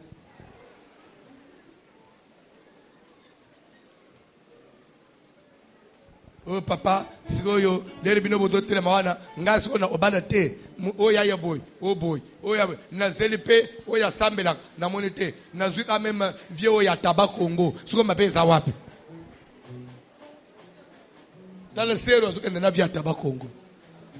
Pona nini, souffrance na ye ya celibat, isale nini, e women. Na kokota na ndako vie tabakongo, makambo priere pa na ngai. So on vient à Bandu et Sebiso, mon bali n'angaya lobby. Bon, la lembele me prier ça en retard. Nde, na omoko na sekawe za la pembeni na biswan. Omundenga bazo benda yo. Ti pe lobby kamuna Nzambe esi. Moto a modira Nzambe. A modira Nzambe pona nini? Bosunga ki yeno kite. Bosunga ki yeno ite. Tika ndega tozo prier. Na likambo yo telemeli yo wan. Ezo yano. Tukede ya kobala. Ozo pe mubali na lumbangu kati na nkolo de pourvu que akandi ope na makamu na Nzambe polero weko taleke aji na ngai siko papa ménopause boy na boy na sala n'importe quoi tu as maudit Dieu, tu as maudit Dieu. La souffrance là na ba souffrance on na souffrance ozanga mbongo te na ba domaine nyonso muto yena kati na biswa. Luka kobote, Luka kobote, Luka kobote. Tie simbite. Suka suka. Oke nanda kwanga. Lere moko ye veye. Lere moko zongi una. Uzana banzete mo una nzungu. Ukoma komeli. Umundenga mtu abandi komoje na Nzambe. Fona nini? Po bota inokite. Tikana alikamuno Nzamba ya no na yo. Nde prière tozo salelelo kolo sungangai na boy na omodire yo na ko telefone na boy na kufa libanda na yo bayembi kantik yes. Ai, Hosana ni mambo. Haleluya, Hosana. Hosana ni mambo. Haleluya, Hosana. Hosana ni mambo. Haleluya, Hosana. Hosana ni mambo. Haleluya. Ai, Hosana ni mambo. Hosana ni mambo. Yahweh. Haleluya, Hosana. Hosana ni mambo. Hosana ni mambo. Hosana. Haleluya, Hosana. Papaya. Hosana ni mambo. Papaya. Haleluya, Hosana. Yahweh. Hosana ni mambo. Haleluya, Hosana. Ai, Hosana ni mambo. Haleluya, Hosana. Hosana ni mambo. Haleluya, Hosana. Hosana.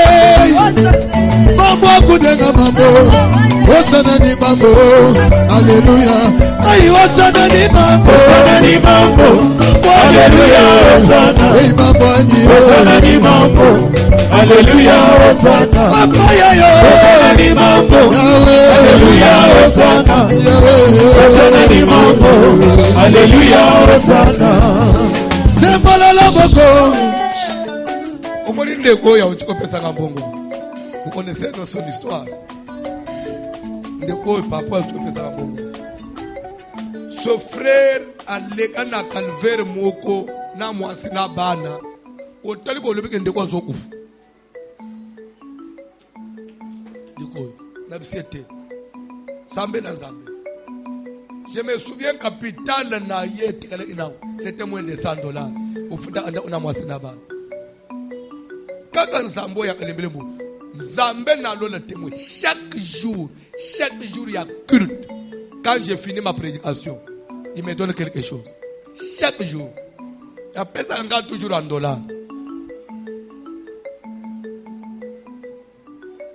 Peut-être pour observer. Toujours mon toile bosso pour ça. À part les offrandes. Aux hommes, on a quand même un mouton. Ce que mouton met à mesure, il y a. Ne faut que même chaque jour, on peut sauver quelque chose. C'est que quand même, il y a un andako.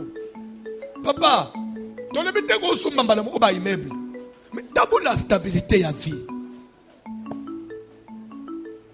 Moi, je ne suis pas magicien. Je n'ai aucune magie dans le ciel là. Même pas de témoignage. Maman Moussou Zaliawa, n'a pas de frère et sœur, j'ai un numéro na ye. Hein? A vous témoigner, vous connaissez. Benga ya te lobi lenja vous témoigner. Maman Moussou Zaliawa, a dans un grand témoignage paye à moi. A lobi lera ye, a solo nangai. Na chele lo boko na lobi malobi bale. A lobi na tombo na yimi. Ne me voici le marié. A donné négligé pas tout. Prière à cause de 2 minutes. A lobi papa. Kaka ya 2 minutes toi na nzela makambo ebanji.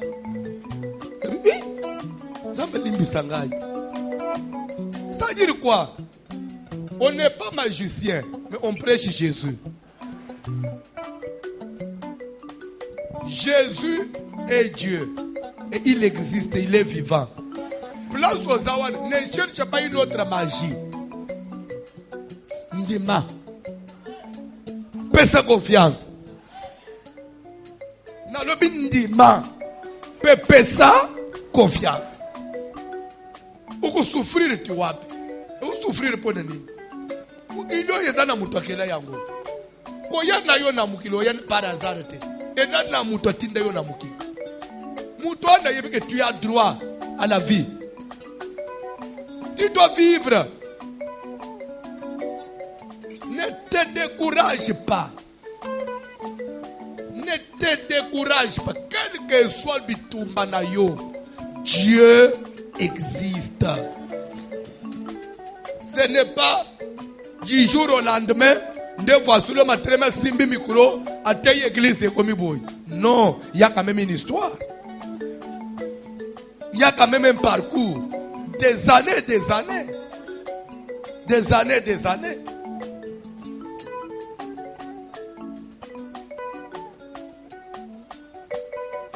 Et dans la mouton, on sait que on dirait Zamba lingi batu musuko lekaye, ba musuba yekamba le mu Zamba sali non. Si bango bazo bete li solo.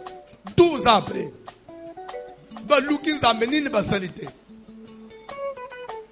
Ko zala mbangu te okokende ko simbe loko ba simba kate lobi oloko tibila matiti na nzela. Olongoli bilamba. Kinshasa eza kopola. Kinshasa eza kopola. Je vous jure, mboka na biso eza kopola. Si tu n'as pas makambo azambe. Nazanga bezo prier ndengo telemi. Prier nzambe. Nzambe yo yebi de kola. Je n'ai pas un Dieu étranger. Yakola isayo. Kaka nzambe Yesu. Oyo yebi wana. Yebi sans nzambe wana vina yo. Tout en lui faisant confiance. La Bible dit un jour, le Fils de Dieu vint se présenter devant Dieu. Quand on dit devant Dieu, est-ce que ce Dieu-là était visible? Est-ce qu'ils avaient vu Dieu pour qu'ils disent qu'on est devant Dieu? Ils ne voyaient pas Dieu. Mais dis-moi dans leur conscience, ils savaient qu'ils sont devant le Seigneur. Ici, nous sommes devant le Seigneur des armées. Même madame, on a un maman, toyel boso ensemble. Ou on a makoki ya koloba liloba vie à moutou échanger. Nous venons devant Dieu. Penzamba zalakao, je vous jure. Zamba zalakao.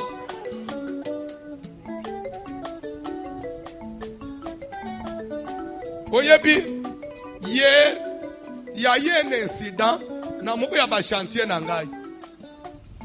Ba manson, bazotia, crepsage na mir. Na niveau, 3e niveau. Rez-de-chaussée, premier niveau, 2e, 3e niveau. So na mir, etalani na ba voisin. D'ailleurs, échafaudage, bâtier, et très même le mir à clôture à ba voisin. Par le colo andako. Babek angamata, katikati ya tono. Plein na potopoto asima, plein. Bamatiango ti, bachango na mabaye na 3e niveau.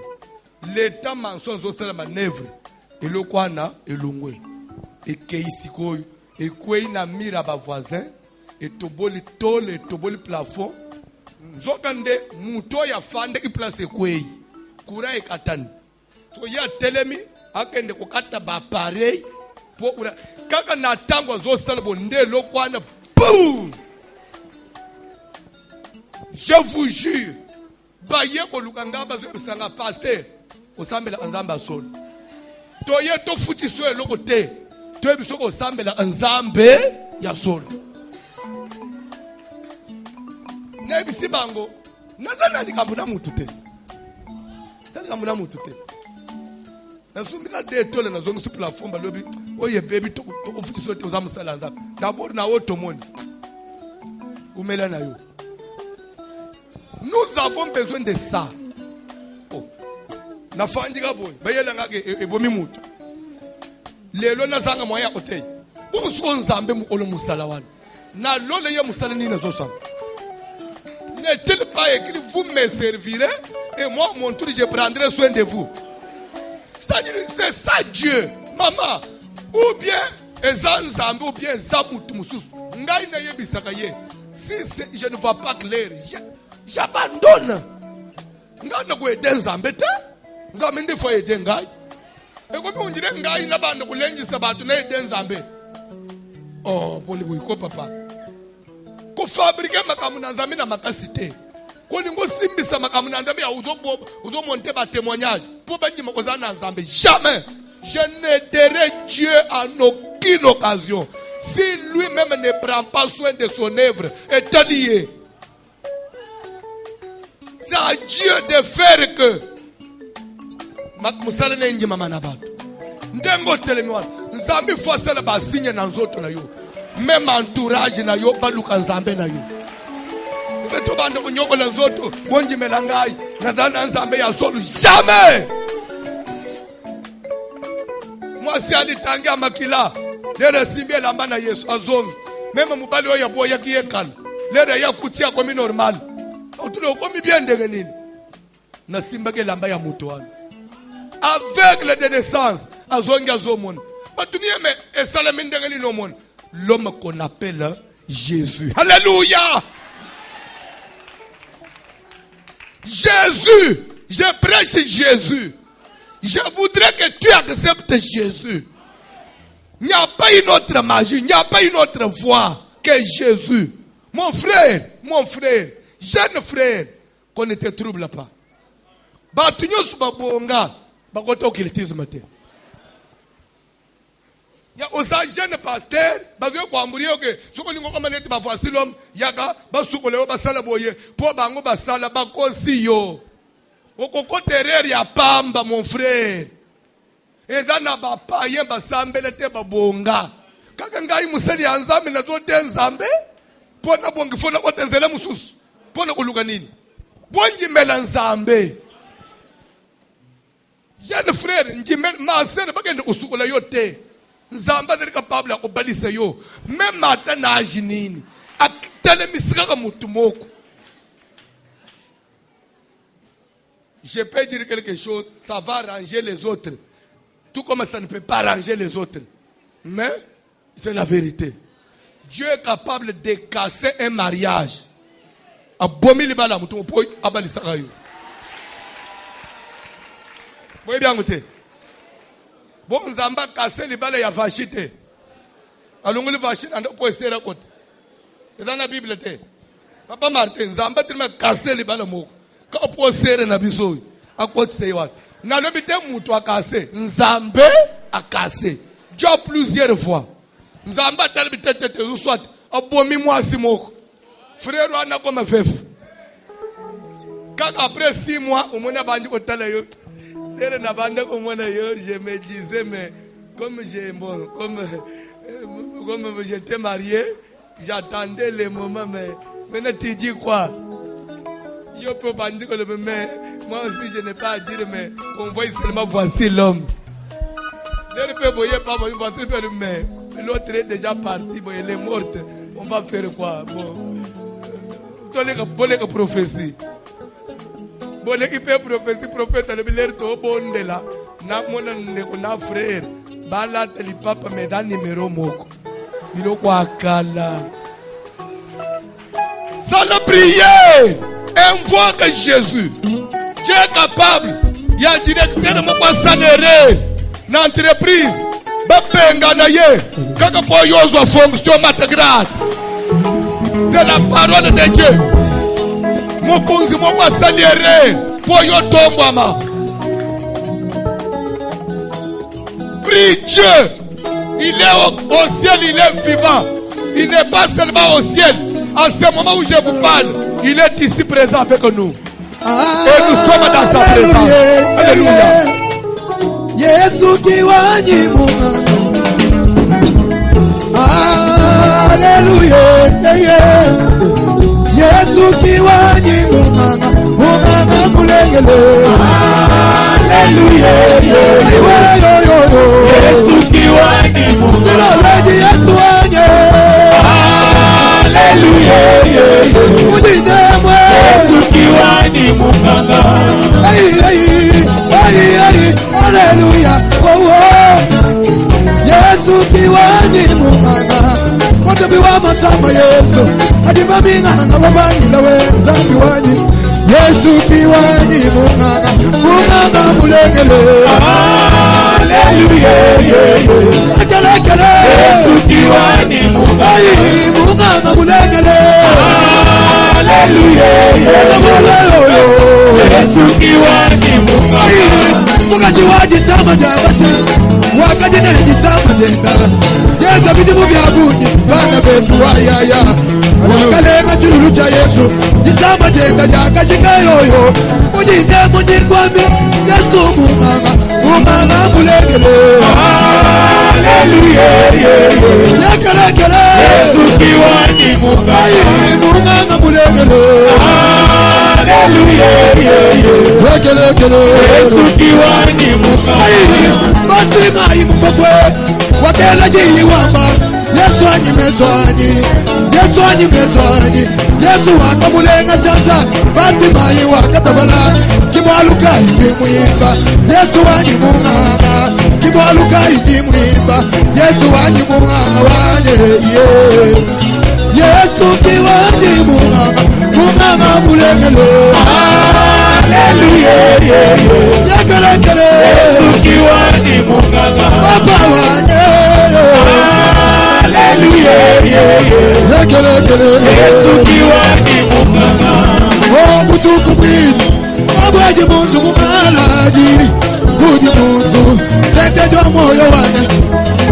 utukumiji kabweji muntu mumalaji kudi muntu sete jamo ei utukumiji kabweji muntu mumalaji tekelekele sete jamoyo tekeli wa moyo wa utukumiji kabweji muntu mumalaji bakoyo sete jamoyo waje ei utukumiji kabweji muntu mumalaji kudi muntu sete jabana bane nasabugalasa Yesu wangu sete diwani lekelekele sete jamo ei utukumiji kabweji muntu mumalaji lekelekele sete jamoyo ayo utukumiji kabweji muntu mumalaji sete jamoyo sete jamoyo wangu sete jamoyo wangu ujandu Yesu wangu twabiba sete jwabisu byanye sete jamoyo wangu ujandu Yesu wangu sete jamoyo Yesu amunazaleta sete jamoyo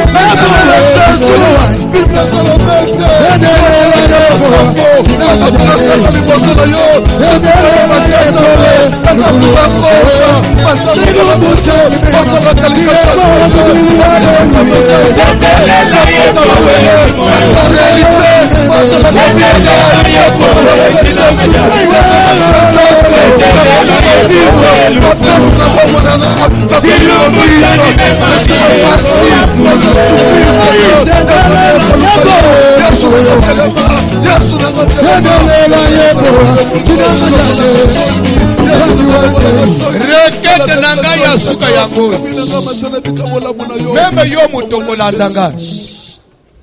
Apprenez à compter sur Dieu. Rien que likolo na Jésus. Soko yeba kinani makamu na nzambe bien te.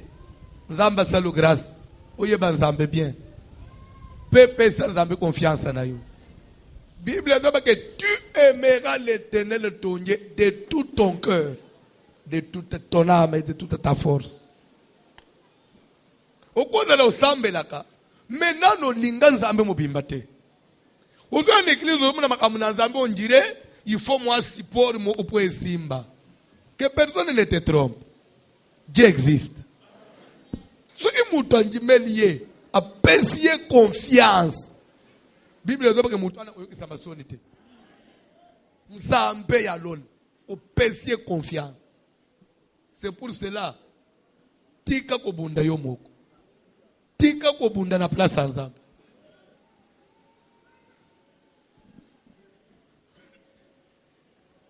Na yebisaka batu bitumba ngana bika na communauté seka soki ya na yebi nzambe bien te mbele na sala ba erreur bele.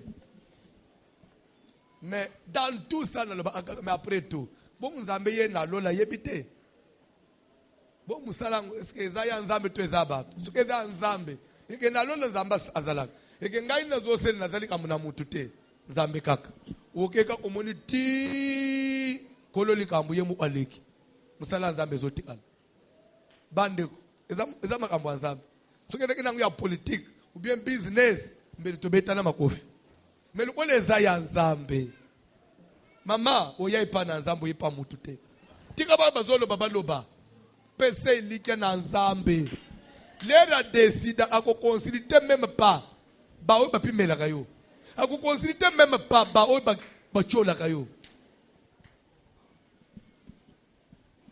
Prie Dieu. Tu as un problème, un petit souci, yebisa nzambe na tongo alelo. Après, pese confiance. Bo sana makambu nyos. Longola ba effort na yo ya bumutu. Babunda kana isika nzambe te. Soko banji ko mibundele nzamba kotika yo. Ti wogende na no suka yo moko. A partage gloire na mutu te. Alinga ti wolobi ga ntuka papa na kokite. Sala ndengo moni. Nde nzamba banji musala.